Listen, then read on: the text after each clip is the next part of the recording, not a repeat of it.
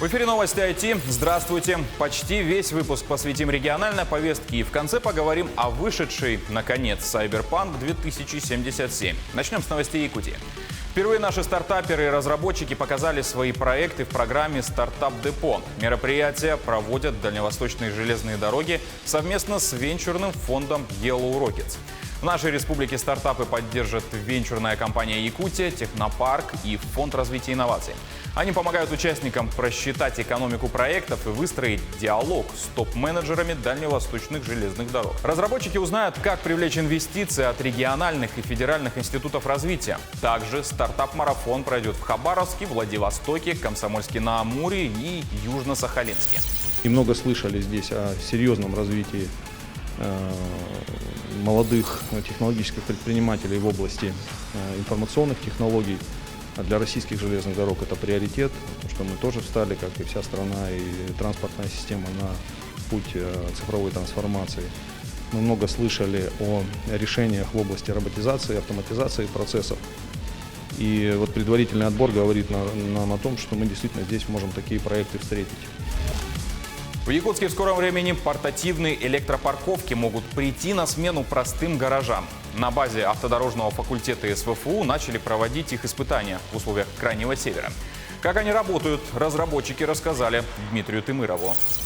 На экспериментальной площадке автодорожного факультета на электропарковке в блоках в форме коновязи стоят 4 легковых машин. Каждая из них накрыта специальным чехлом. Это часть модуля электропарковки. Модуль он состоит из каркаса, который обеспечивается воздушная прослойка и портативный гараж. В данном случае мы использовали производителя Сахатент, и нагревательным источником теплоты является вот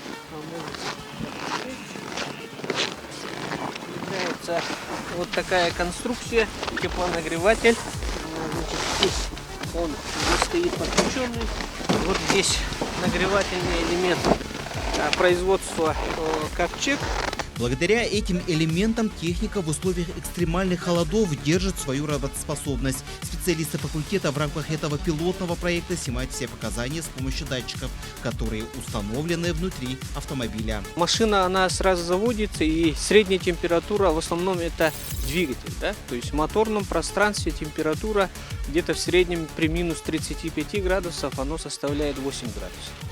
И для того, чтобы, конечно, полностью обеспечивать работоспособное состояние, основной агрегат, конечно, это двигатель, аккумулятор, и второстепенные это ходовая часть и так далее. Средняя температура вообще внутри этого модуля оно составляет где-то плюс 5 градусов в зависимости от внешней температуры.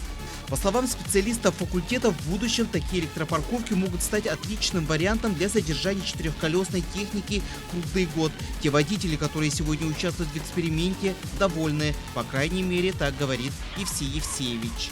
В целом, вот эти люди, которые стоят, они довольны. Они довольны, пока у нас погода щадящая. Сейчас будем исследовать, просматривать, мониторить температурный режим. А в планах у ученых также усовершенствование самого проекта и возможность его массового выпуска. Ведь все хотят круглый год ездить на автомобиле, но из-за дороговизны гаражных боксов отказываются их покупать. И приходится им замораживать свое авто. В будущем, благодаря современным технологиям, это не станет проблемой. Якутяне получили возможность установки высокотехнологичных протезов рук. Этим занялись компания «Моторика», резидент Сколково и региональное отделение фонда соцстрахования. Начинить протезы можно любыми функциями и возможностями, начиная от электронного кошелька и до возможности полноценно заниматься активным спортом. Сейчас в компании прорабатывается целая система реабилитации для якутских пациентов, получивших такой протез. Репортаж Ульяны Шагиной. 8-летняя жительница Алдана Алиса Кормухина получила новый протез буквально минувшим днем и уже научилась прыгать на скакалке. У нее врожденная патология – аплазия кисти верхней трети предплечья. Раньше пользовалась только косметическим протезом, чтобы отсутствие руки не бросалось в глаза. Теперь же у Алисы появилась возможность полноценно пользоваться правой рукой. Буквально вчера получили новый протез от компании «Моторика», за что мы очень благодарны, так как этот протез очень функциональный. Ребенок может сам себя обслуживать, где-то попить, где-то что-то, даже тот же портфель может перехватить в школе нести. Новое, что в этой моторике, сейчас бесплатно дарят одну насадку. То есть мы выбрали скакалку, ее мечта сбылась. Она ловко теперь прыгает на скакалке. Пользоваться ложкой или вилкой, выполнять любые действия в быту и даже заниматься спортом. Высокотехнологичные протезы за 5 лет работы компании собирают лишь положительные отзывы от пациентов по всему миру. Начиненные умной электроникой протезы выполнены с применением промышленной 3D-печати, пластиком и металлом, с двигателями с аэрокосмической индустрии и где-то даже превосходят возможности человеческой руки. Сам по себе протез на сегодняшний день, тот, который мы производим, мы не просто делаем протезы ради протезов, да, мы хотим человека приспособить к сегодняшнему миру. То есть это такой некий девайс, и туда включены такие функции, как байпас, чтобы человек при помощи этого протеза мог рассчитаться, допустим, за покупки. Вот. Плюс, когда идет настройка силы, схвата жестов, все это дает человеку качество жизни для того, чтобы он мог взять какие-то предметы, да, специальные, вот, которые ему понадобятся в тот или иной момент. Кроме того, взаимодействовать его с экраном телефона, использовать как смарт-часы или функцию тачскрин. Одной из фишек является возможность подобрать уникальный дизайн. Для детей это обычно герои из мультфильмов. Но главное, человек приобретает возможность жить полноценной жизнью. На каждом этапе протезирования с пациентами работают профессиональные протезисты и реабилитологи.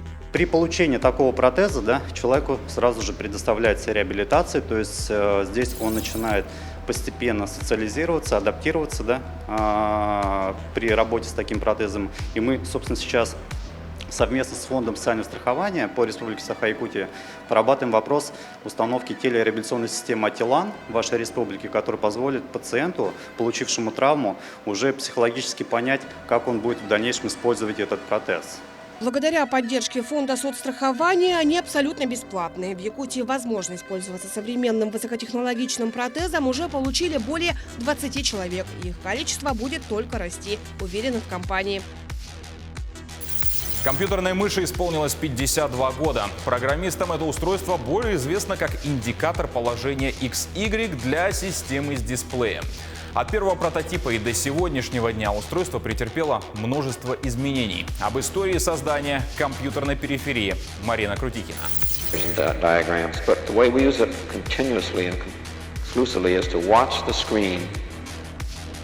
Это видео с демонстрацией первой компьютерной мыши. 9 декабря 1968 года ее показал ученый-изобретатель Дуглас Энгельбарт. Вот так она выглядела раньше. Деревянная коробочка на колесиках. За 52 года своего существования видоизменялась несколько раз. Колесико сменял шарик, после светодиоды и лазер. Даже хвост у мышки исчез. Компьютерную мышь надо выбирать осмысленно. Первым делом важно определиться, для чего она будет нужна – играть, работать или смотреть кино. Аксессуар, так скажем, да, который нужно выбирать по ее эргономичности, то есть по удобству, да. Прежде чем выбрать мышку, нужно сначала, конечно, по цвету определиться, там, синяя, красная, да, и лучше всего примерить, как она будет в руке держаться. Самыми популярными считаются недорогие устройства от 200 рублей, а вот мышка для геймера может стоить и 15 тысяч. Для хорошей игры важны все детали. Без мышки не обойтись, потому что, получается, с мышкой координируется положение на рабочем столе. И без нее никак. Ценовая категория, у них есть разная. Все зависит от того, какие у них есть функции. Если у мышки там настраивается чувствительность, есть дополнительные кнопки, меняется их вес, например, или тип подключения, то они, естественно, становятся дороже. Компьютерные мыши бывают одно-, двух- или трехкнопочные. Тип выбирает потребитель, исходя из своих пристрастий и удобства работы. Ну и, конечно, внешний вид мышки зависит от предпочтения своего хозяина. За полвека устройство мыши менялось не менее 10 раз. А сколько раз изменялся дизайн, не сосчитать. Мыши, самолеты, сердечки, домашние животные и многое другое. И даже сенсорный тачпад, которыми оснащены многие компьютеры и ноутбуки, тоже мышка. Каким это устройство будет в будущем, остается только догадываться. Команда школы номер 31 Якутска стала победителем 3-го сезона Всероссийской интеллектуально-киберспортивной лиги. Турнир прошел по 5 видам – Dota 2, Hearthstone, Clash Royale, электронные шахматы и поиск в интернете на время. Якутские школьники в общем зачете набрали 250 баллов. Также они победили в матче Clash Royale. парни боролись за победу с 5000 игроков. Амбассадорами соревнований стали игроки команды Virtus.pro. Кстати говоря, на минувшей неделе в Якутии вновь разрешили работу компьютерных клубов, но с соблюдением санитарных требований. Также в них организуют паспортный контроль. Игрокам до 18 придется пока довольствоваться геймплеем дома. Благо, на этой неделе есть во что поиграть. Сегодня встала дилемма, к какой рубрике отнести разработчика – B8 или игра новостям, так как якутский проект Quest Tale с одинаковым успехом вписался бы в обе из них. Разработчик Сергей Попов, 35 лет, Тампонский район. Ранее был замечен с Майтона, а теперь создал свою игру.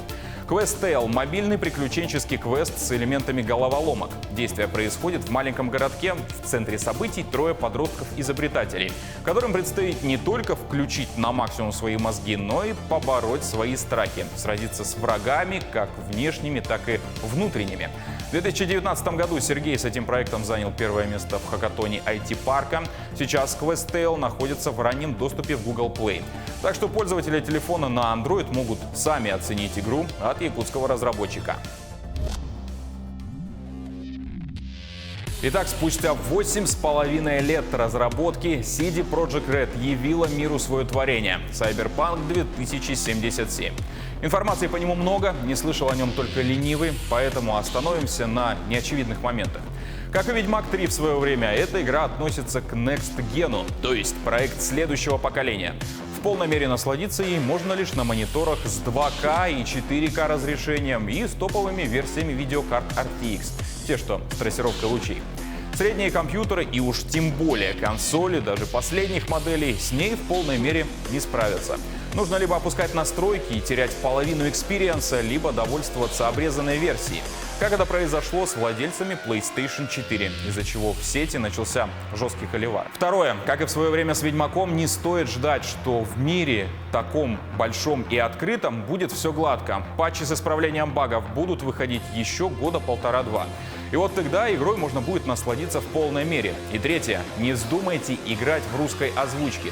Выберите английскую с русскими субтитрами. В этот раз российские локализаторы решили вместо профессиональных актеров озвучания пригласить для привлечения внимания блогеров типа Ивлеевой и Поперечного. Как и предыдущие модели этой линии, девятка выдерживает температуру от минус 140 до 370 градусов Цельсия. Давай вернемся к нашему импланту. Скажи, ты им доволен? Ты ведь прошлую мою игру видала? Заходишь, забираешь хром, выходишь. Добыча пополам. Чего? Что ты делаешь? Скрашиваю ваши ожидания приятной мелодией. Поэтому глубины в голосе, актерской игры, эмоций и прочего не ждите. Строго оригинальная озвучка. А в общем и целом, хотите вы этого или нет, но Cyberpunk 2077 — это игра десятилетия. Можно ее любить, можно ненавидеть, но пройти точно стоит. К сожалению, в последнее время такие проекты выходят все реже.